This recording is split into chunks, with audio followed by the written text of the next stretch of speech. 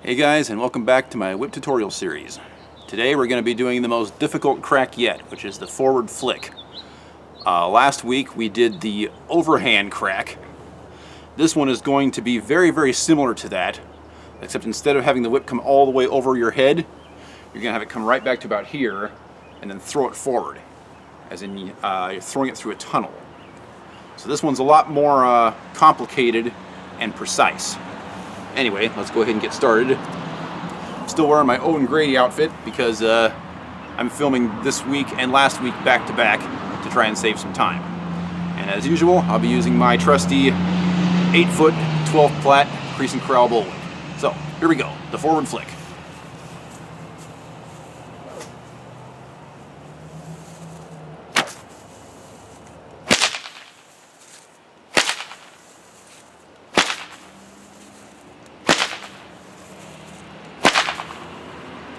Side.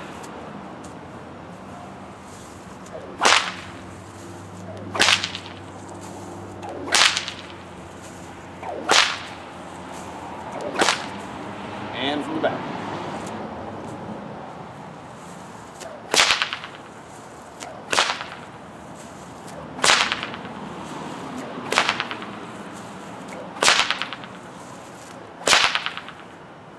Okay. Couple things about this crack right off the bat. This is where we really separate the men from the boys.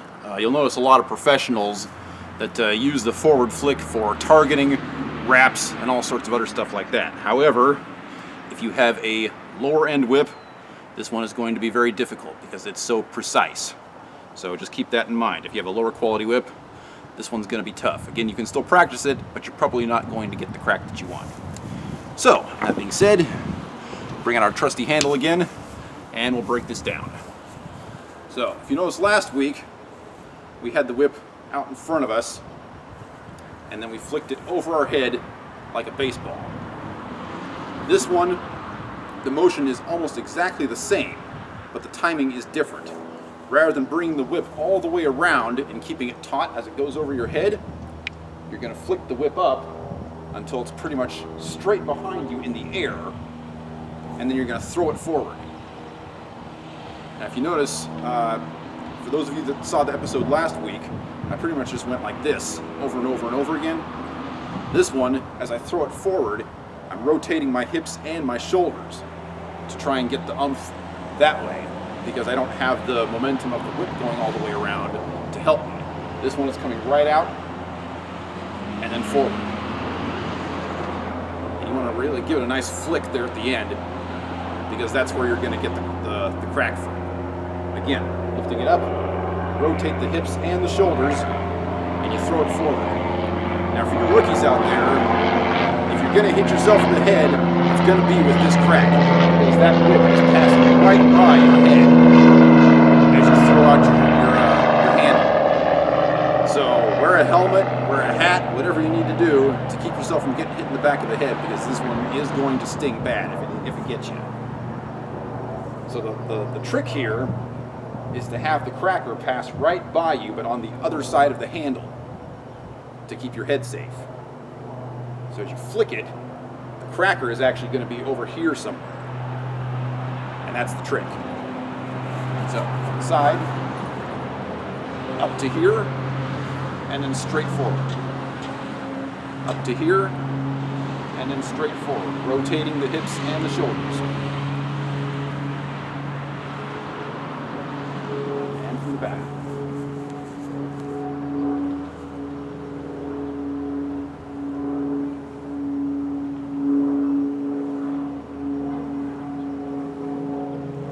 Okay, and break the whip out again, and we'll try and do this one in slow motion, but again, this one is very difficult, and again, I'm an intermediate, so I will do the very best I can here. We're going to start out with the whip in front of us for the same reasons that we did last week. It'll give you more momentum. You can do it from back here, but it's going to be more difficult. Okay? The trick is to flick that wrist. You can see I'm barely moving at this point. And it's still getting a pretty nice crack. But as you can see, as I whip the whip forward, where the cracker is at. The cracker is on the other side of the handle to keep myself safe. As you notice, as I'm doing this in slow-mo, I can barely get a crack out of it, for the reasons that I explained earlier. But this is the motion, at about half speed. We're going to do this from the side, and watch where the whip is behind me as I start to throw it forward, because that's what makes this crack work. Flick it up, and then straight forward. Like you're pushing the cracker of the whip through a tunnel.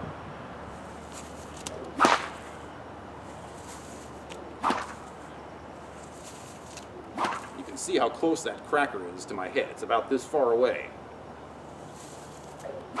So just something to keep in mind. Okay, we'll do a couple of those from behind. Again, really watch the whip, because this is a good angle to get this at. You can see the loop basically passing through a tunnel right by my shoulder, and the cracker going right by my head.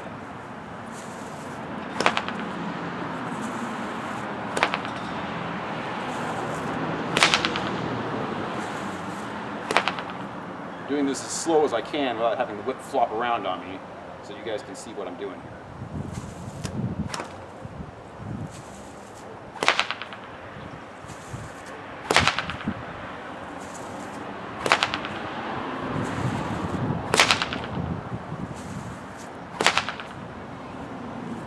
Okay, that's all there is to it, the forward flick. This one is probably going to take way more practice than the others. And is there a combo to do with this one? Well, not really. I mean, you can forward flick to the overhand, or you can do a forward flick into the underhand followed by the cattleman's.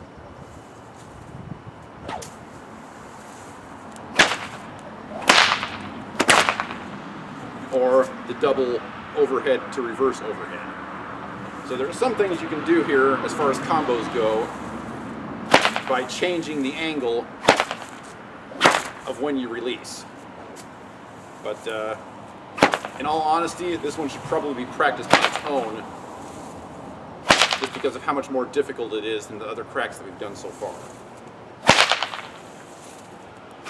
If it's done right, as you can see those last two, if it's done correctly and very precise, you can get a really nice crack without hardly doing any work at all.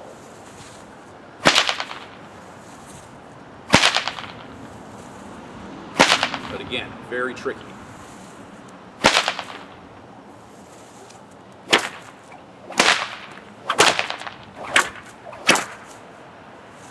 Anyway, that's the forward flick. Easily the hardest crack we've done so far. Next lesson, we're probably going to be doing some small combos, such as the slow figure eight, the fast figure eight. We've still got wraps that we can do, things like that. But this is really the last basic crack that we're going to do, and by far the most difficult. So if you've made it this far in the series, congratulations. You're definitely on your way to being a good whip cracker. And I will see you guys next episode. Take care.